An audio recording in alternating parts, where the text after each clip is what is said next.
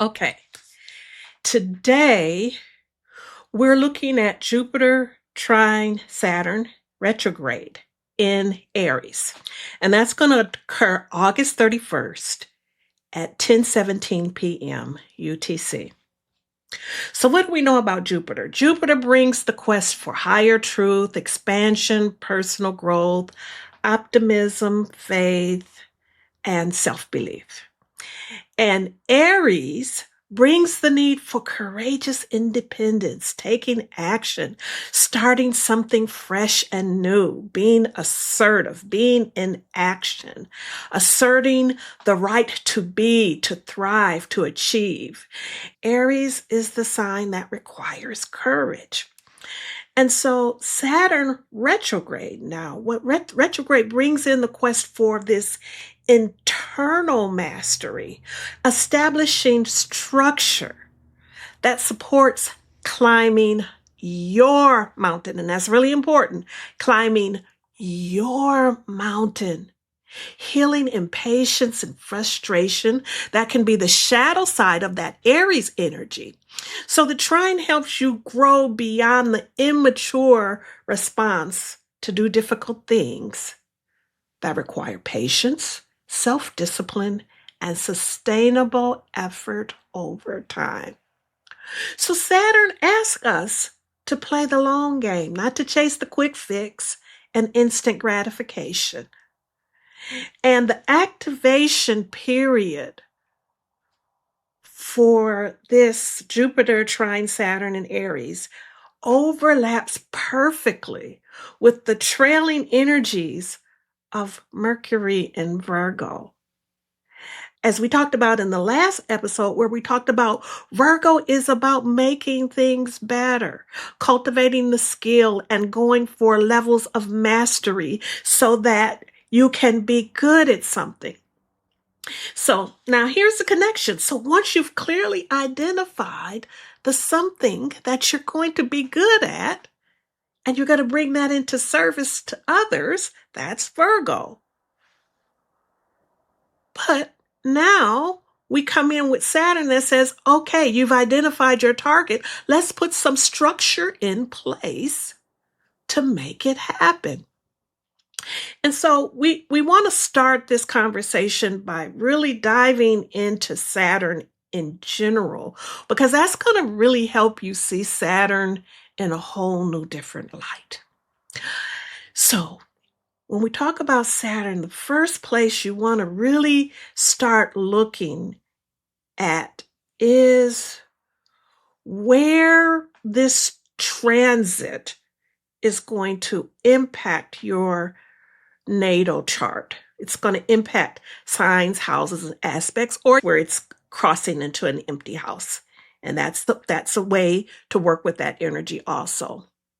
But this time we want to create some synergy and harmony and consolidate our efforts that came from Mercury Virgo with what's happening with Jupiter and Saturn, if it makes sense, if there is a connection.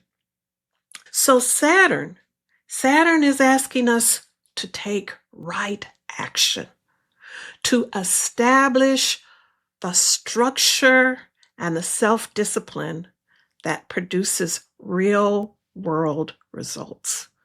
So the retrograde asks us to begin this process internally first. Don't just start randomly doing things, going out there just doing things haphazardly.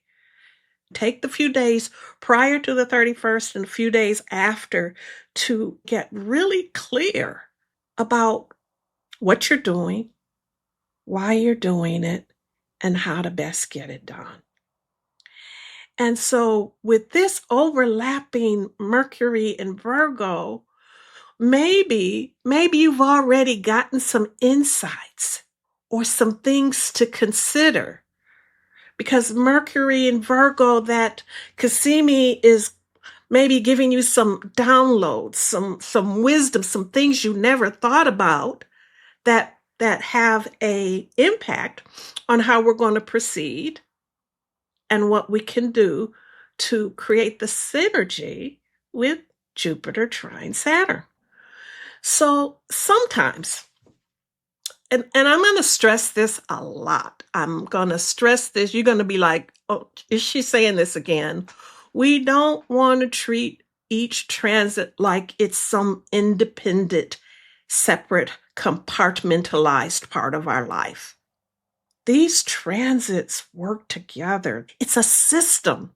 It's a system that supports our soul's evolution and our unfolding. It's very systematic. It's not haphazard. It's not random. So when we start looking at how these transits affect our lives, we want to look at the whole of it, because sometimes the connection between the transits are not so obvious. And you may need to really reflect on what your noble and worthy goal is at the time, and then think about what's slowing down your progress or blocking you. Because it could be that one area of your life is so overwhelming and disorganized that it's draining vital energy and resources from other areas. So it's important to realize that we may think we've compartmentalized the different areas of our life, but they are all interacting as a whole system in some way or another.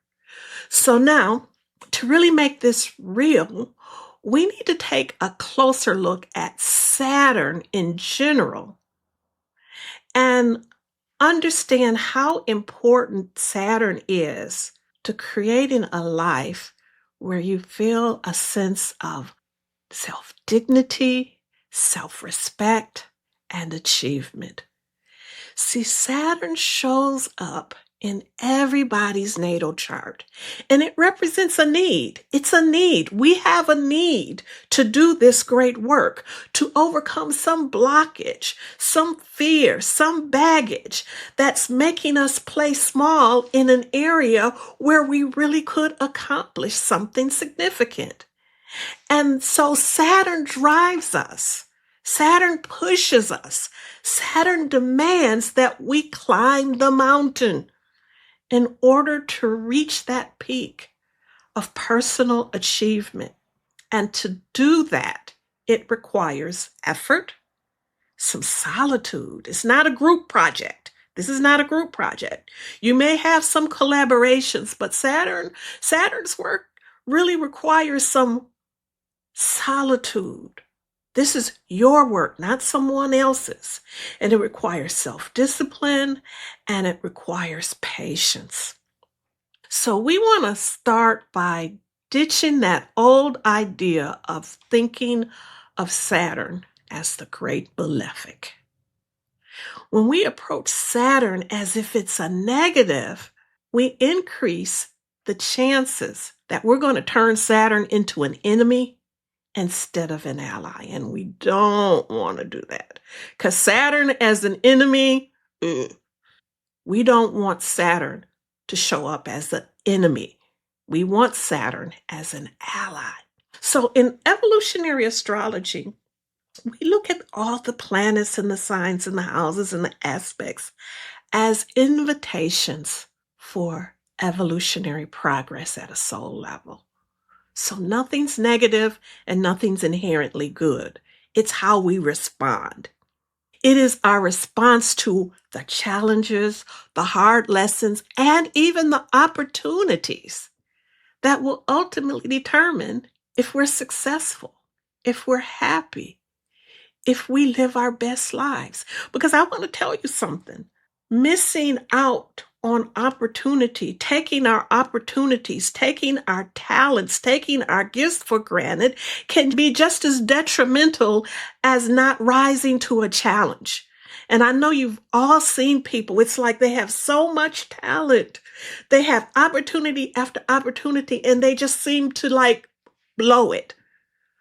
So just because you have a trine, which is supposed to be one of those good aspects, doesn't mean you're going to take advantage of it. You could blow it. And just because you have a square doesn't mean it's going to be impossible to navigate. No, you can raise your responses so that they find a way to work together. So that's what we're going for. We're going for evolution. We're going for transformation.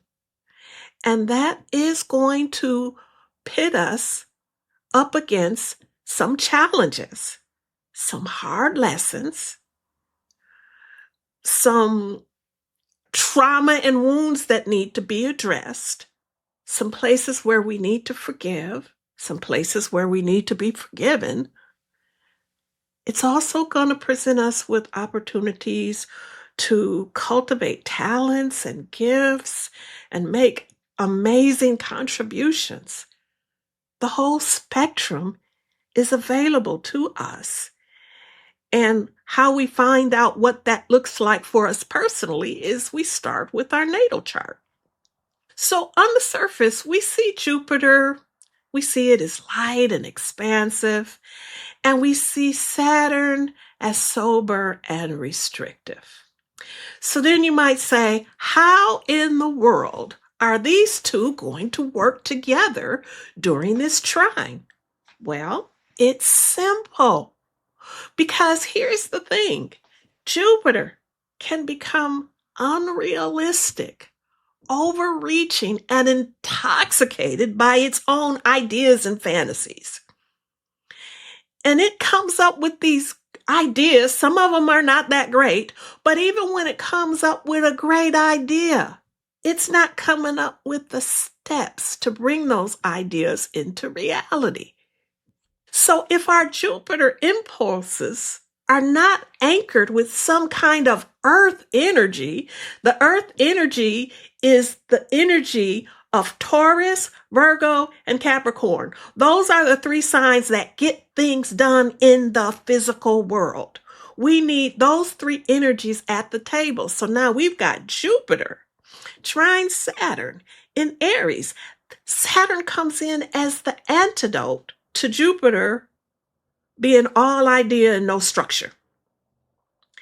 And Saturn is the strongest planet, along with Capricorn as the strongest sign for taking something from an idea phase, from in your head, into a concrete and usable form out in the world. And it is the planet, and Capricorn is the sign, correlated sign, that when we take it on and we climb the mountain, we do the great work, we feel so much self-respect and such a sense of joy from the work we did and what we've accomplished. And I know you've experienced this, where you took on something and it wasn't that easy. You had to put some elbow grease into it. It took some time to accomplish it. But when you got it done, you just felt so proud of yourself. You felt like, yeah, I did it. I did it. And so this is the type of work Saturn is asking us to do. When we talk about the great work, we're not talking about something petty and trivial. Now, your mountain, climbing your mountain, and it's really important that you climb your mountain and not someone else's. Only you can know what that work is. Only your soul knows what that work is. Someone else cannot tell you what your great work is. Even when you look at your chart, it can point you in the direction, but you're going to have some self-awareness about what's calling you. Something's calling you, and at the same time, you're blocked. This is a key sign. Something's calling you, but you can't quite get it over the finish line. It's calling you. You know it's yours. It's yours to accomplish. But something is blocking you. And that block is usually some kind of fear. And now what's happening is Saturn is coming. It's like, okay, it's time to face that fear. It's time to deal with that. It's time to get over that hump. And so, if your noble dreams and your worthy goals are to become a reality, you will need some Saturn energy to assist you. Because Saturn gives us the capacity to do the things you don't want to do because you know they need to be done in order for you to get the results. And so this is the place where solitary work and self-discipline and single-minded focus comes in. Saturn is like a project manager. And they want to see, where's the plan? Where's the schedule? Where's the task list? I need progress reports. I need a remediation plan if things are getting delayed or there are issues. See, I spent over 30 years doing this type of work in the tech industry. And I can tell you, in business and in government and in any organization, nothing new of significance is undertaken unless it is treated and managed as a project, because this type of methodology reduces risk of failure and negative, unexpected consequences. And when you're taking on a big goal and failure is just not an option, failure would just cost you too much, failure would be a serious problem, then you want to bring in some Saturnian energy, that project manager, that structure, that methodology, that ability to be disciplined and to do things in a way that's logical and makes sense, and to put in the contingencies and to do the risk management. It's a whole methodology. It's a whole methodology. And while when we approach this in terms of our personal lives, we don't need to be quite that structured. Okay. You don't need to break out Microsoft Project and create a project plan, but you can if you want to.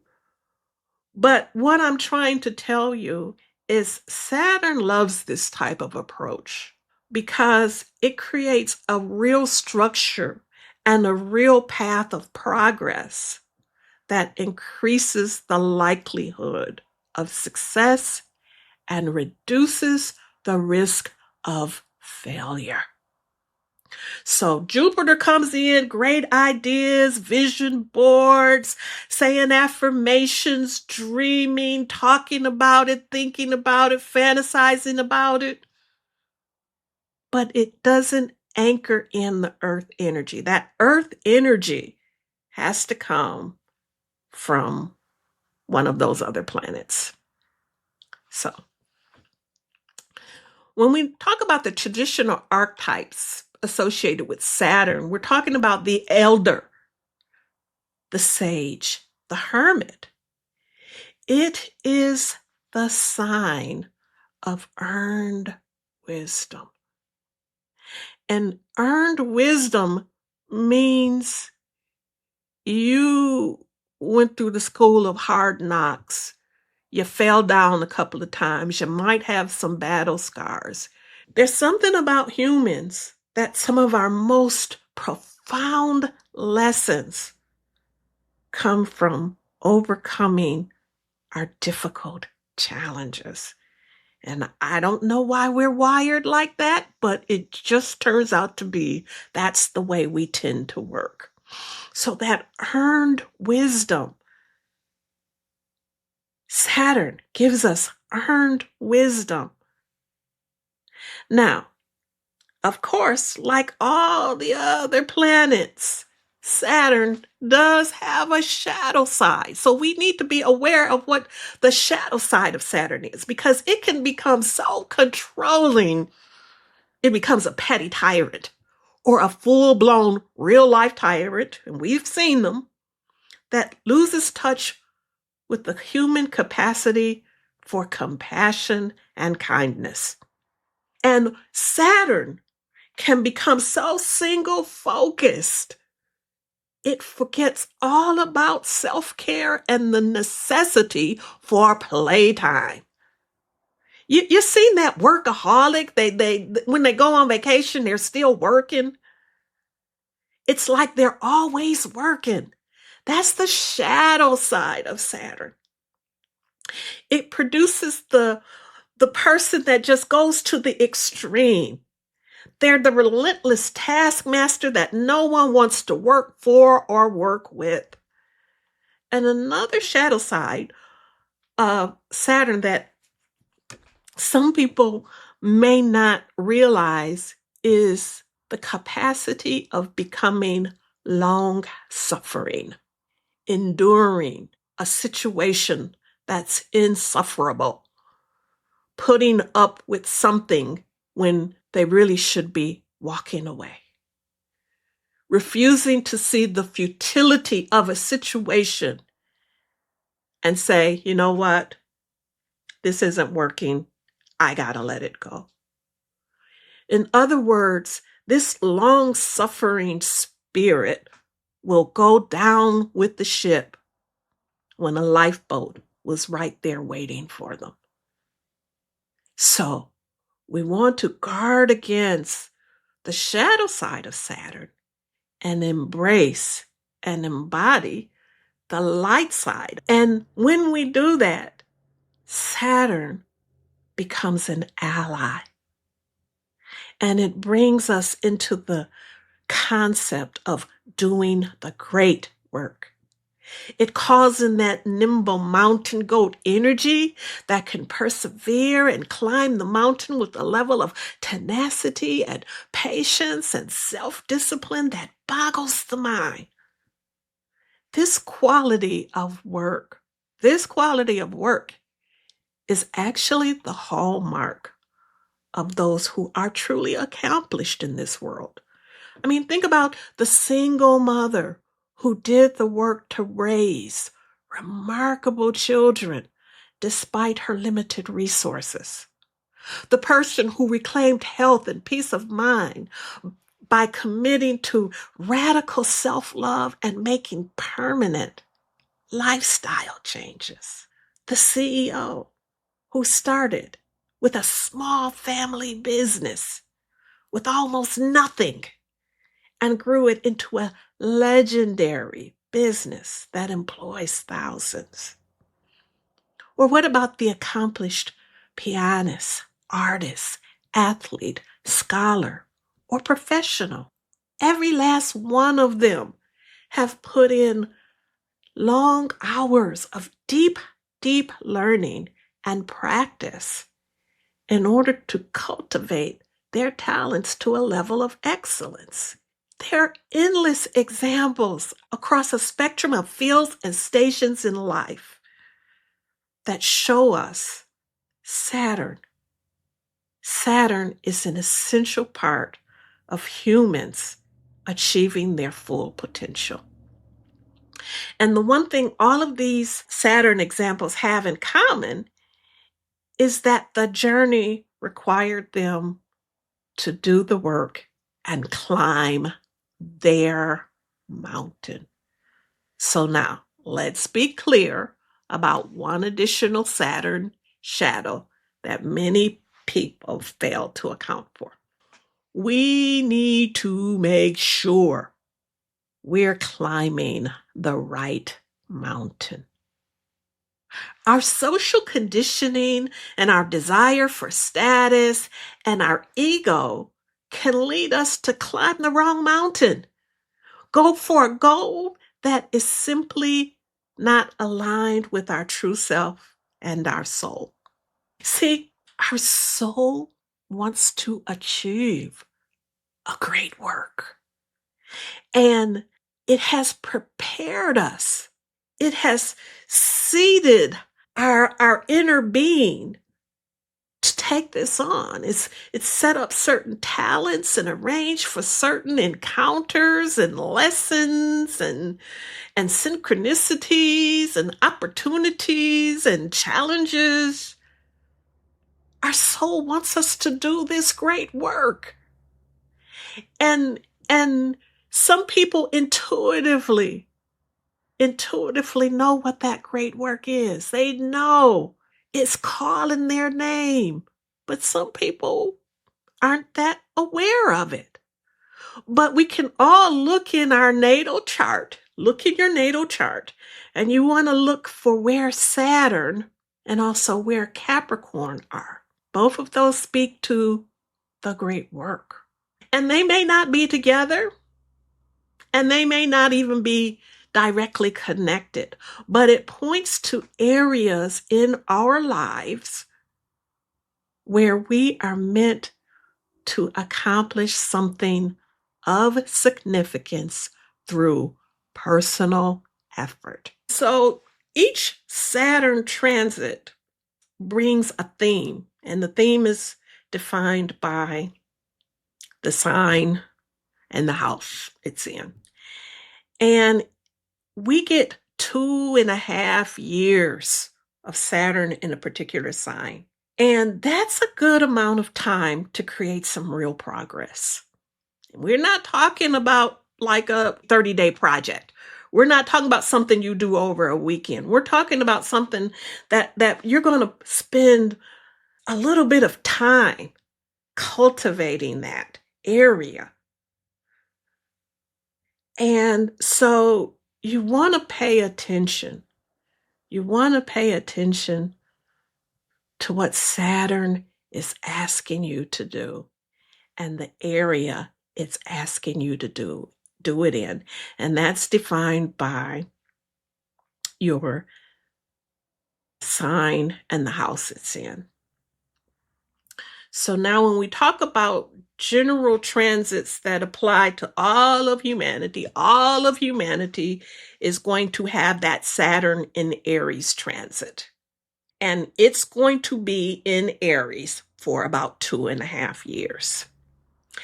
And it's the theme, but the way it gets applied to our personal lives is going to be dependent on how it touches our natal chart. Same as every transit. And it's about having the courage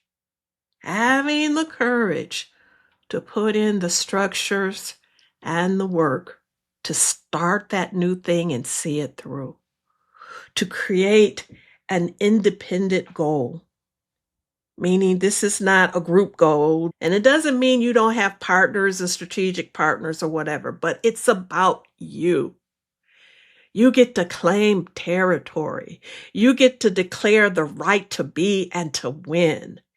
It's not passive. It's not a static energy. It's not sitting back waiting. It's very intentional and it's very active in pursuing its goals with effort, with self-discipline, and with a sense of self-dominion. You are chasing your goal, not someone else's. You are climbing your mountain, not someone else's. Now, of course, as you're climbing the mountain, you are going to discover other people. Other people will support you. Other people are climbing similar mountains. You might, meet people on the trail and like, oh, you're doing this, I'm doing this is like very similar. Let's see if we can support one another. But don't lose focus of the fact that this is your mountain. Your mountain. You're not hitching your wagon to someone else's dream. This is your mountain. And I could tell you for sure, if you do all that work and you make the sacrifices and you overcome the obstacles and the challenges to climb that mountain, and you get to the top and discover that that was not your mountain, you're going to feel some regret. You're going to feel a sense of like, what the heck? I did all this work. And it doesn't feed my soul.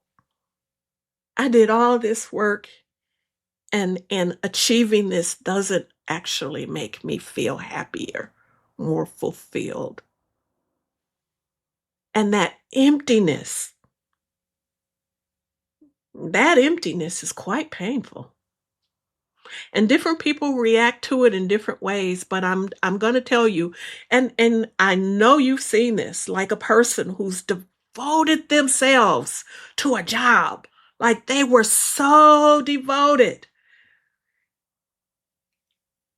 and that job just like threw them away, like, oh, okay, we're done with you, we don't need you anymore, like threw them away like garbage after they had devoted years and years of their life. Or the person who devoted years to a marriage, years to a spouse, and they just got tossed away, thrown away. And they didn't realize that they were climbing the wrong mountain. Climbing the wrong mountain. And there's nothing like the frustration that comes from climbing and getting to the top. And then you look over there and like, oh my God, that's my mountain over there. I don't know what this is. I, I, I don't know what, I spent all this time climbing this mountain. And there's my mountain. There's my mountain over there. Oh no, oh no. I got to go all the way back down and then go all the way over there and start climbing again. And a lot of people, when they have that realization, they're like, no, I just give up. I give up. I'm not going to do it. I'm going to just stay over here and be unhappy. They won't find the courage to tear down that part of their life and then go over and climb the mountain they were meant to climb. And that, again, we're talking that Aries energy because it takes courage. It takes courage. But you know what? Saturn is capable of doing things that are difficult. That Saturn energy can allow us to recover even when we've made the mistake and climbed the wrong mountain. That Saturn energy can give us the wherewithal, the fortitude, the strength to go back down and go over and start again. And so that is Saturn. So I'm going to say one more thing. I'm going to say one more thing about Saturn, and then we'll end with our challenge. Humanity as a whole, as a collective, we lack Saturnian wisdom. My husband asked me, is that a real word? I don't know. It is now. We lack Saturnian wisdom. And it became so evident to me because I'm coming out of the technology industry. I still work in that industry, but it's really evident when we look at the misuse, overuse, and abuse of technologies like AI. Because when we go overboard and we go into the extreme use of this technology, what we're actually doing is diminishing our human intellect. We're diminishing our compassion. We're diminishing our patience. And we're diminishing our ability to focus on long-term goals. We are becoming less skilled and less capable the more we overuse and misuse these technologies. And so a recent study showed that as we over-rely on AI, we actually weaken the brain habits that protect us against dementia. If we stop doing our own thinking, the brain says, oh, well, she's not using those connections. We might as well prune them. And so what happens, the brain is a use it or lose it organ. It's like if you put your arm in a cast and you leave your arm in a cast for months and months and months. When you take that cast off, it's going to be atrophied.